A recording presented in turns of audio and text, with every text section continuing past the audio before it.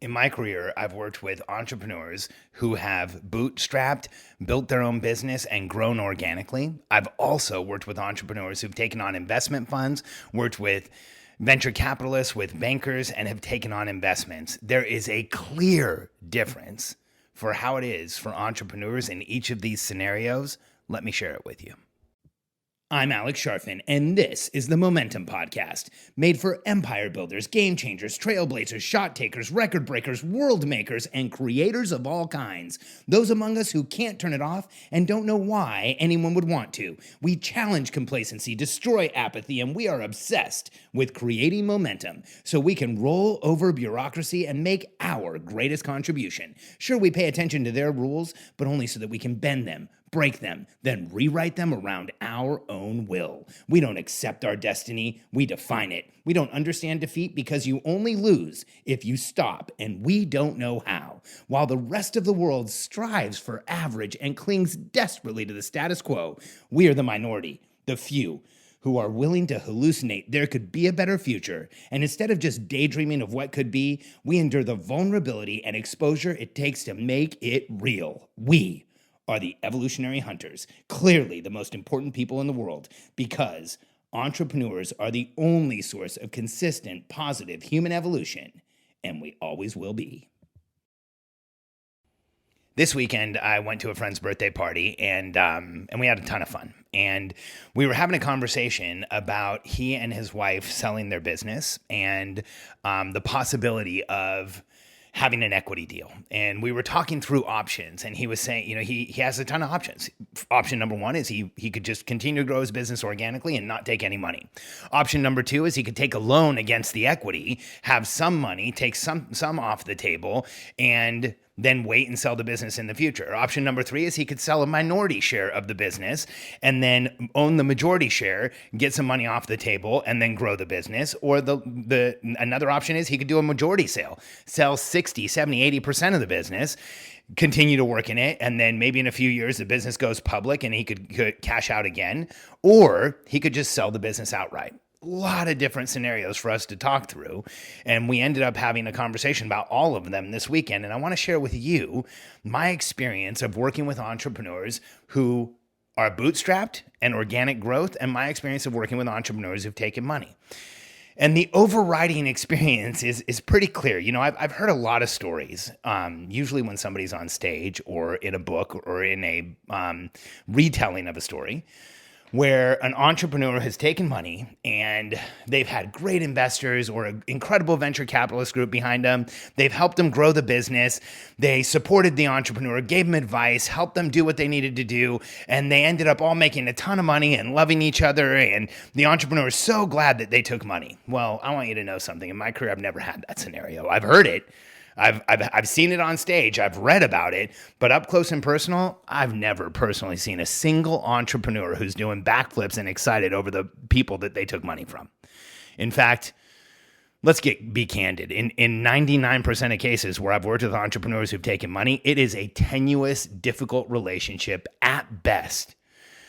Because once you've taken money, you feel a completely different level of pressure. In fact, let me give you an idea here. So first, if you haven't taken any loans, any money in your business, you don't feel the pressure of having debt over your head. You don't feel the pressure of having investors over your head. That is the least amount of equity pressure that an entrepreneur can feel. Now, it gets a little bit higher when somebody takes out loans. Like if you're using credit card debt, or if you're using loans, or if you've gotten a loan from a company like Cabbage, the pressure in your business definitely goes up. It's more than having no loans, than having no debt. If you do a partial sale, if you sell 20, 30, 40% of your business, that is exponentially more stress than having loans, but it's still nothing like a majority sale where you sell 60, 70% of your business. That is the most stressful place I've ever seen entrepreneurs, except for entrepreneurs that have sold their business outright and are going through a buyout, like a 3 or 4 year buyout. That is the most stressful place I've ever seen anyone. But let's talk about a few of these. So first, if you take on loans, you take on some money, you're going to feel some pressure. Be cautious and be careful so that you can get out of it fast. Run your company with as little debt as you possibly can so that you're cash rich. Take the cash out of the business so that you make money, and don't try to take on a ton of debt. There's certain businesses where fundamentally the business process requires you to take on debt. I'm not talking about those. I'm talking in the average business. You don't need to go out and encumber your business with a ton of debt in order to grow. It just creates pressure. It creates noise. You don't need to do it unless you're in real estate or something where debt is just a part of the business. Then it's different. Second, when you do a partial sale, things change. When you do a partial sale, you now have investors to talk to. You now have a different level of pressure. You have the pressure of having taken someone's money and having to perform for that person.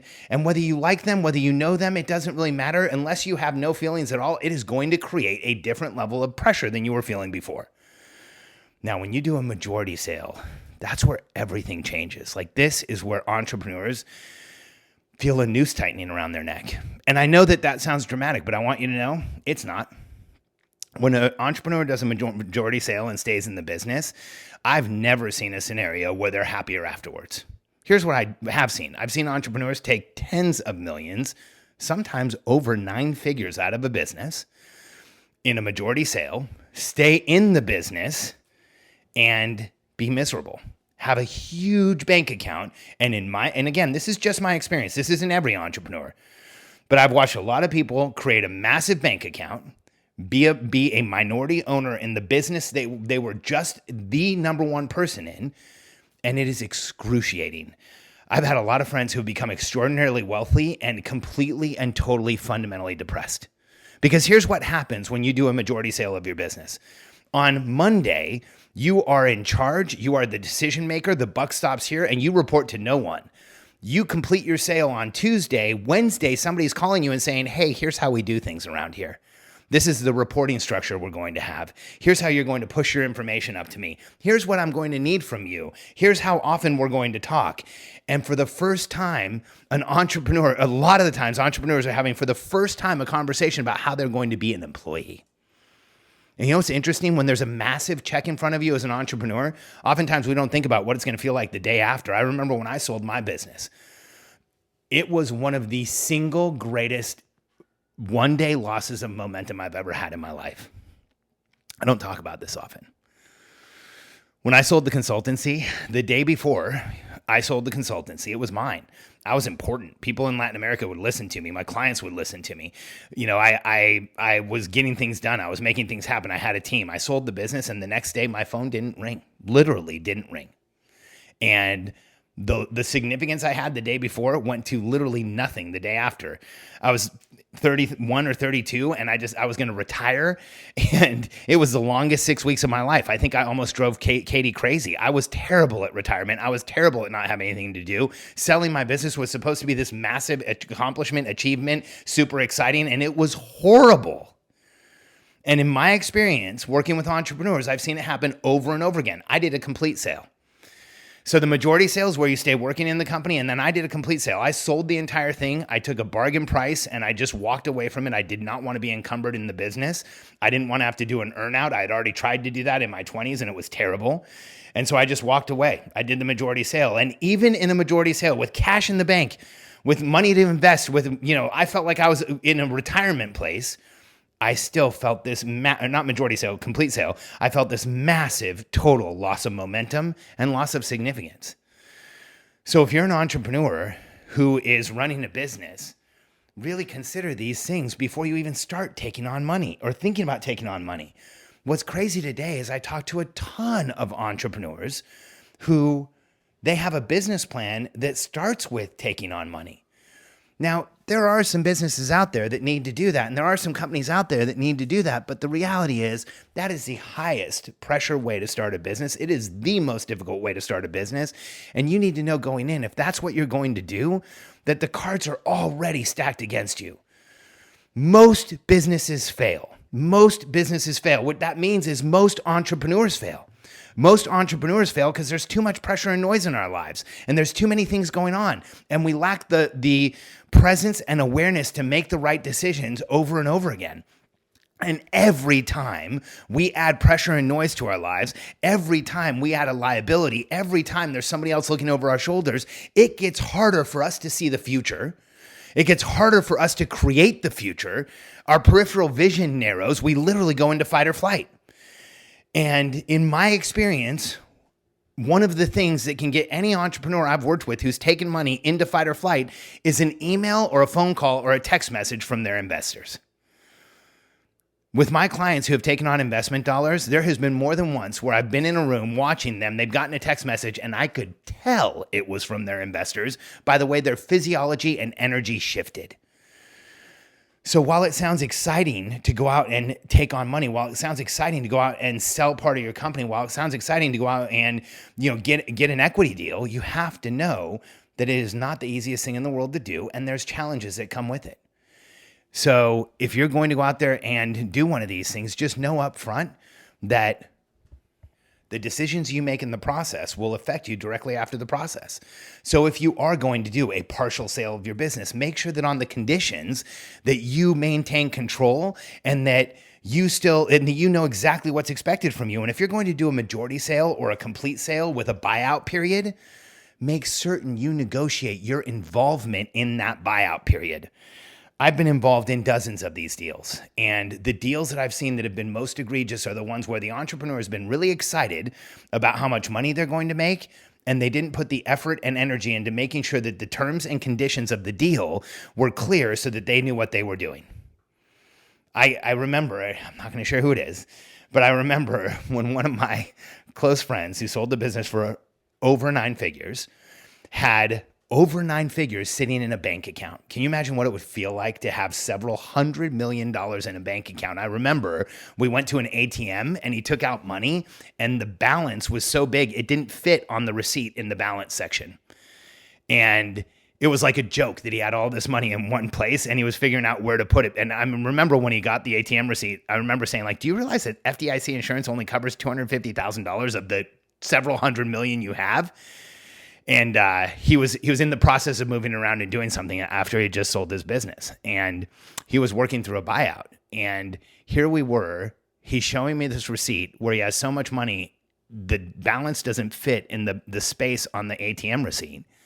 And that night, all we talked about was how terrible things were, how depressed he was, how frustrated he was, how it didn't matter, how having money felt like a curse more than excitement, and how he really felt like doing this deal was going to change everything. And now he couldn't run his business the way that he wanted to. He was frustrated with the people who were around him. And now somebody, for the first time in a long time in his life, was pulling his strings. Somebody was telling him what he needed to do, putting requirements on him, asking him where to show up. And he absolutely hated it. It was a very weird experience to be sitting with somebody who had literally hit the lottery and was the most depressed I've ever seen him. So when it comes to selling your business as an entrepreneur, think about these things before you do. And when it comes to taking on funding or loans or money, do so with caution because it will absolutely change the way you interact with your business. There is nothing like the pressure of taking on money, and there is nothing like the pressure of having investors. So if you're going to do either one, do so with caution and think through these things first.